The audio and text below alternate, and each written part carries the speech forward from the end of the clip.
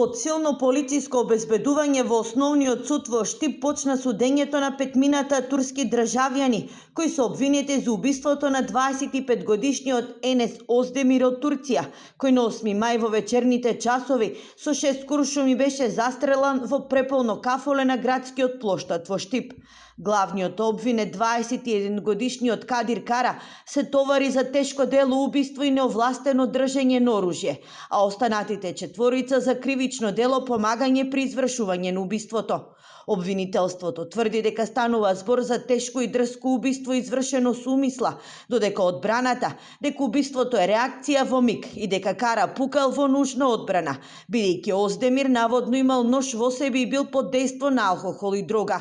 И убиениот и неговиот брат биле вмешани во повеќе кривични дела. Одбраната поседува доволно докази, сериозни докази, од кои можеме да утврдиме дека вината во овој случај не е на товар на обвинетите, туку вината е на товар на другата страна, поточно на оштетената страна, кои насилно сакаат да изнудат одредени ситуации. Денеска побарав да биде од кривичното дело сторено од крајна нужда или алтернативно побаравме да биде убиство на миг.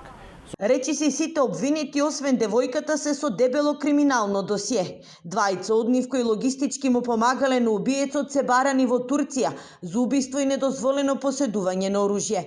Во Македонија престојувале користејќи лажни идентитети. Третиот обвинет според исказот што го даде и тој бил инволвиран во убиство, но не е осуден. Сепак во Македонија има пресуда за загрозување на сигурност при семејно насилство. Оружјето со кое извршено убиството било набавено во Скопје на нелегален начин и серискиот број му бил избришан. Според обвинението, Кара специјално дошол за убиството во Македонија.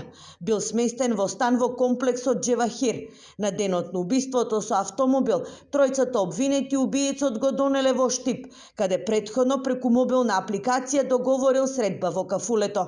По 15-минутен разговор убиецот станал од масата, влегол во тоалетот пошто се вратил и со 6 истрели го застрелал 25-годишниот турски државјанин.